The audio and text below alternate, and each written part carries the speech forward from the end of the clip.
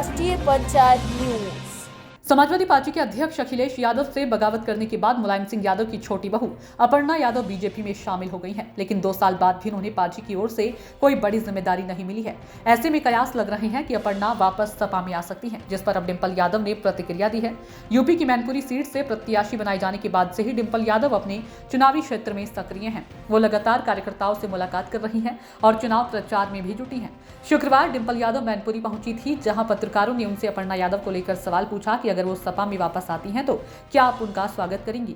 इसके जवाब में डिंपल यादव ने कहा कि अगर हमारा राष्ट्रीय नेतृत्व इस तरह का कोई फैसला लेता है तो हम इसका स्वागत करेंगे। डिंपल यादव के इस बयान के बाद कहा जा सकता है कि अगर अपर्णा यादव सपा में वापसी की कोशिश करती हैं तो शायद पार्टी नेतृत्व को कोई परेशानी ना हो। हालांकि अपर्णा यादव के मन में इसे लेकर क्या चल रहा है, इसकी तस्वीर अभी साफ नहीं हो पाई है।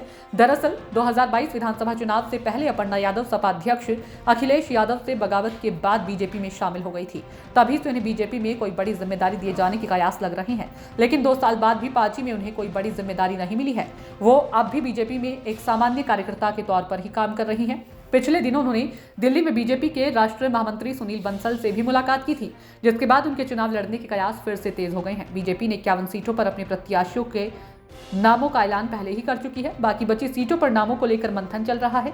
खबरों की माने तो इस लिस्ट में कई सीटों पर नए चेहरे देखने को मिल सकते हैं और कई सिटिंग सांसदों के टिकट काटे जा सकते हैं। जो ज्यादातर होते हैं बीजेपी स्पॉन्सर्ड सर्विस ही होते हैं।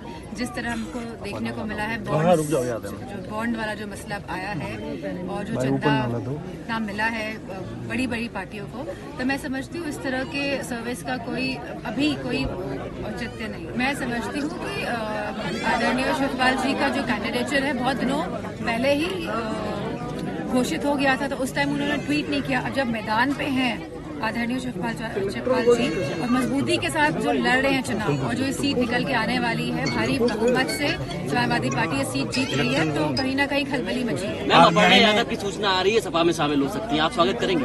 अगर राष्ट्रीय नेतृत्व इस तरह कोई फैसला लेता है तो हम राष्ट्रीय नेतृत्व का पूरा साथ देकर स्वागत करेंगे। आरबीआई ने इलेक्ट्रिक बॉन्ड को जो है सार्वजनिक किया, मैं समझती हूँ अभी और भी उसमें जो चीजें रह गई हैं, जो उसका जो आइडेंटिटी कोड जो होता है, तो वो संख्या जो होती है वो भी नहीं आई है। मंडे को कोर्ट ने कहा है कि इसकी भी सूची SBI दे।